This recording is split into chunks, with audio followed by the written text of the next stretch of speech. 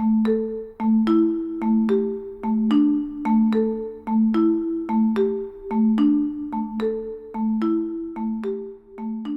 to episode 2 of Counterpoint. Today we have the lovely Plymouth's Director of Public Health, Karen Keane, on with us. Hi, Karen. Hi, Casey. So thank you for joining us. So just an overview. Counterpoint, the reason we have this podcast is, to kind of disseminate some misinformation that might be floating about in the community and, get the subject matter experts on here and kind of highlight, what the facts. So thank you for joining us because we do have, an issue going around town of bird flu. So just quickly, what is bird flu? Okay, so currently in Plymouth, and not just in Plymouth, but in all the municipalities in Massachusetts and also across the country, we're seeing an severe uptake in bird flu, also known as avian flu, also known as avian influenza, also known as no, I'm sorry, H5N1. They all mean the same thing. They all mean that it's a very serious virus that birds, especially waterfowl, can be infected by, and that it's very contagious and it spreads through the flock very quickly.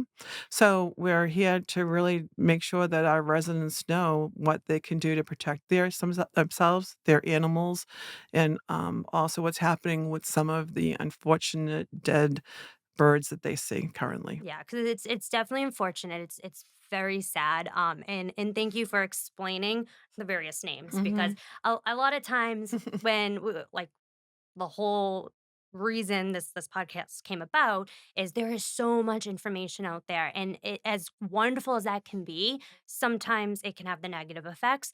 And having so many ways to capture that information, Right. and you may be reading it on several different websites or through different mediums, so the state might be using different verbiage than we as the town are.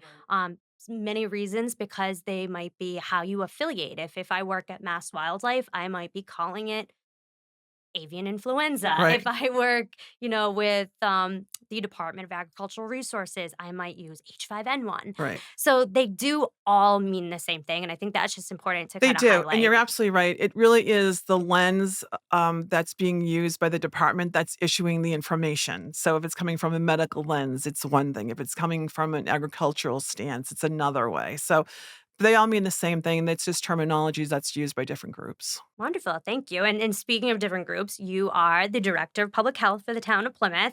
So in your day-to-day life, you're seeing this, you're getting the calls. I think to date we've received almost 220 calls, give or Yes. take, Yep. getting 219, Right. and actively responding to them to the best of our ability. So how is bird flu spread with your expertise? Okay, so bird flu is spread by saliva, mucus, and feces. So it's highly contagious amongst the flock of birds.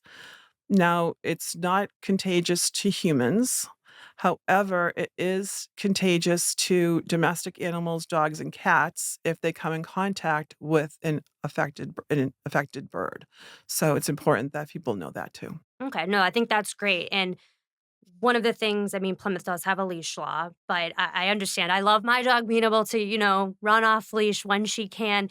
But we really want to highlight that domestic animals should either remain, for cats, remain indoors, or for dogs to be leashed. You want to keep them in eyesight because this is, for animals, a respiratory illness. So just even breathing in a deceased waterfowl, breathing in their feces can spread. So if you're letting, your beloved pet run off, not in your eye, your viewpoint, you can't see if they were even sniffing near Right. a potential carcass or, feces. So it's You're crucial. absolutely right, Casey, and I've had a few phone calls from people who, have called me because they've noticed that their dog has picked up a bird, and they're very concerned. So I asked them, "Was that dog in your sight? Did you have him on a leash?" And they're like, "Yes, we did." Well, that's great because then you know that that was such a limited amount of exposure because you saw it happen. You saw the animal pick the dog picked the bird up, and that was it. It's the folks who let their animals free range or roam that we're really concerned about because you don't know what they're doing. You might let them out in your backyard, they're gone for a little bit, you don't know if they come in contact with, a deceased bird that's carrying the virus. So that's why we're really encouraging folks to keep their domestic animals within sight. Wonderful. Yeah, thank you. That's great info to highlight. And then bird flu. This is not centralized to Plymouth. It's unfortunately not even centralized to Massachusetts at this point. It's a national It is. pandemic, It is. if we want to use that term, because there it has been shown nationally. So I know one of the things a lot of the community residents have been asking is, are the lab test results back? Oh, Why right. do we say non-negative? Absolutely right. I think Yeah, that's talk good about to different explain. terminology that you Yes. might hear. We've been using non-negative, we've been using presumptive positive. Um, the reason for that is this: there is one lab in the entire United States of America that has the authority to issue a true positive avian flu determination. We have sent samples out to that lab. We have not received the results back yet. It could take weeks, as you can imagine, because, like you said, Casey, avian flu's everywhere throughout the United States, and the lab is probably inundated with samples that they're testing. But they're working very diligently to make those samples and to send them out in the results to the people who have sent them in. So, in the interim, we notice how the birds are acting. They're showing all the symptoms of having avian flu. They're dying. So we take that evidence, right? So now you have evidence, and you combine that with the fact that the local lab has given us a non-negative determination. The local lab, not the national lab, the local lab has given us a non-negative determination. You combine that with the evidence that we can actually see, and we're treating this as if it was indeed a case of avian flu here in Yeah, Plymouth. and better to do so than the latter, and Absolutely. not. Better to be cautious and move accordingly as if it was a case of avian flu until we actually truly do have that result, and of course, we'll share that with all of our residents as soon as it's received. Yeah. Yeah, no, thank you. So, and again, the town has been putting out communications as actively and timely as possible when we do have any updates, either from the town Yes. itself or from the state. So we've been putting press releases out. If residents check the town's website, our social media channels, we just did a live Zoom that was recorded, and we'll get that posted out as well. So we're trying to get this correct information out as often as Absolutely, possible. and we're using the electronic signs that post the phone number you can call if you have a dead bird or dead animal on your property. Animal control will come out and they'll pick it up. We're using announcements through other boards. The Board of Selectmen always give an update when they meet on Tuesday what the situation is currently in Plymouth. We did a code red where people received the message on their cell phones to let them know what was happening and where they could reach out. The two phone numbers for public health and for animal control. So we're really trying to get the message out there in all different types of media so that people, whether they're social media, um, whether they're like to see it on a television set, whether they want to hear it. We're trying to do, oh, it's in print. It's been in the Mhm. Plymouth Independent. So we've been on the local news stations. That's one thing I would like to address that some people do post on social media that they wanna reach out to the news stations. I will let folks know that I have been on every major news station in Massachusetts and in Rhode Island, actually talking about what's happening here in Plymouth and what our plan is, both for the animals, the birds, and for our residents. So we are definitely working with all types of media to get the message out. Wonderful, and we thank you from the town too. You and your department, or sorry, your division, and the ACOs, the animal control officers, have been diligent with Oh, picking up. absolutely. Right. And to highlight too that there's the difference between waterfowl or birds that are deceased and deceased by visual trauma. Correct. So if you have an animal that you know flew into your window or your sliding glass door and then died on your deck, um, without avian flu being localized here in Plymouth, we would have instructed those homeowners to pick the bird up and to dispose of it themselves. But I know that people are concerned. And so to work with a very high level of caution, I am now instructing the animal control officers to collect any deceased bird or animal that someone calls us about. So we will be picking up not only waterfowl that we can reach, but also any songbirds who are usually not impacted by avian flu. But to err on the side of caution, I know people are concerned, we will go and pick those animals up and those birds up as well. Which again, thank you. You guys have been working around the clock, and it's greatly appreciated, for especially from the town side. So pivoting a little bit, I know one of the main concerns of the community, specifically, residents around Mhm. Billington Sea, and we're understanding of how unsightly this is that there are a number of deceased waterfowl on the ice. And a lot of questions we've been seeing are, why is the state, why has the town not addressed this yet? Why are we not removing those birds? Can you explain that? Yeah, absolutely, and I agree with you, Casey. It's really, a disconcerting sight to see when you look out your window, and that's what you're looking at is these poor birds who have now deceased. The Massachusetts Department of Environmental Protection, Mass Wildlife, and, Massachusetts Department of Public Health have removed, a great number of waterfowl from Billington Sea. What we have not removed are the birds that are on the ice, and the reason is this: the ice is still too dangerous for a person to exit the boat, which they would have to do. Some of these birds are not accessible. If you reached out from a boat, you would have to get out onto the ice to get them.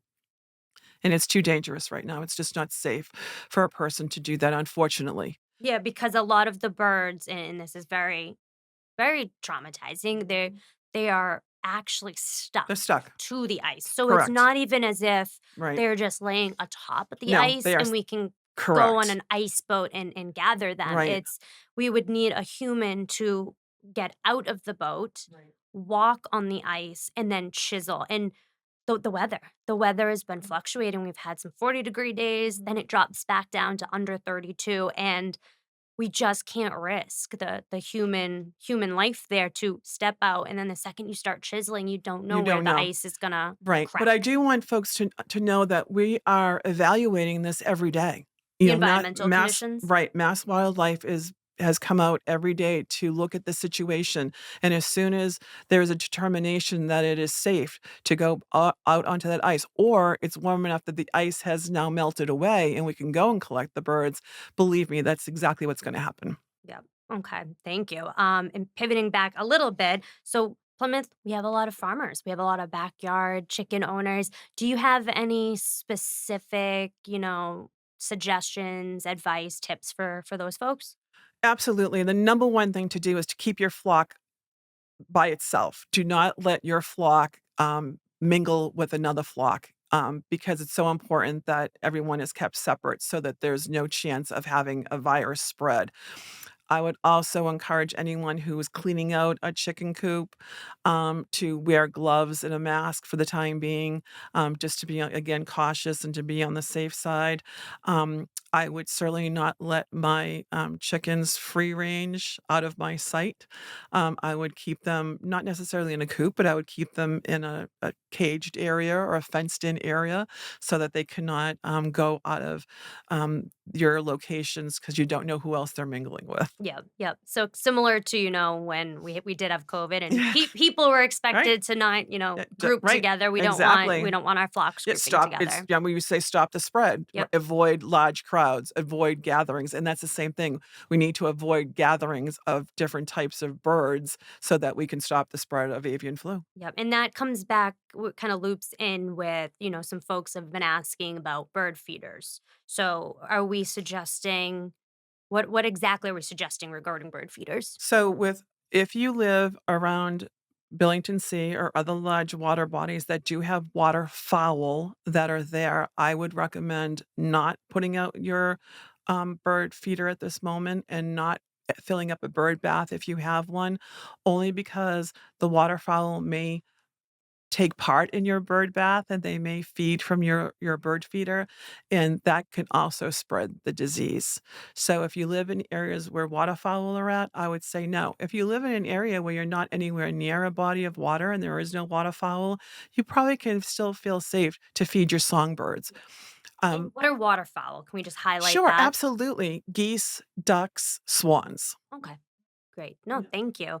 Um, so again, we appreciate all of the efforts. Your office has been inundated with calls and whatnot, and we really appreciate the efforts you guys have Thank you. dealt I mean, with. we're here for the residents, and we wanna make sure that residents have the correct information, that they know what the plan is, that they know what we intend to do and when we intend to do it and why we're doing the things that we're doing, so And that kind of loops back in, circles back that on the town side, we are getting information out there with press releases. I believe we have 6 so far since this became known on January 18th.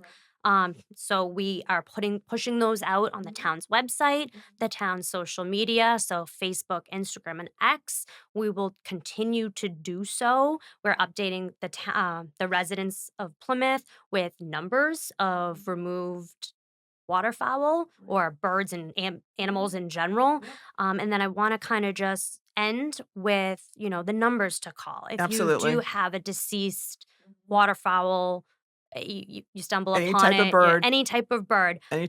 to please call the Public Health Division at 508 322 3339 or call the Animal Control Office directly at 508 888 1186. Great. So thank you so much, Oh, you're Director Keane. welcome. We appreciate again all your efforts and thank Thank you for you, coming on today. and feel free to reach out to us. Thanks so much, Wonderful. Casey. Thanks.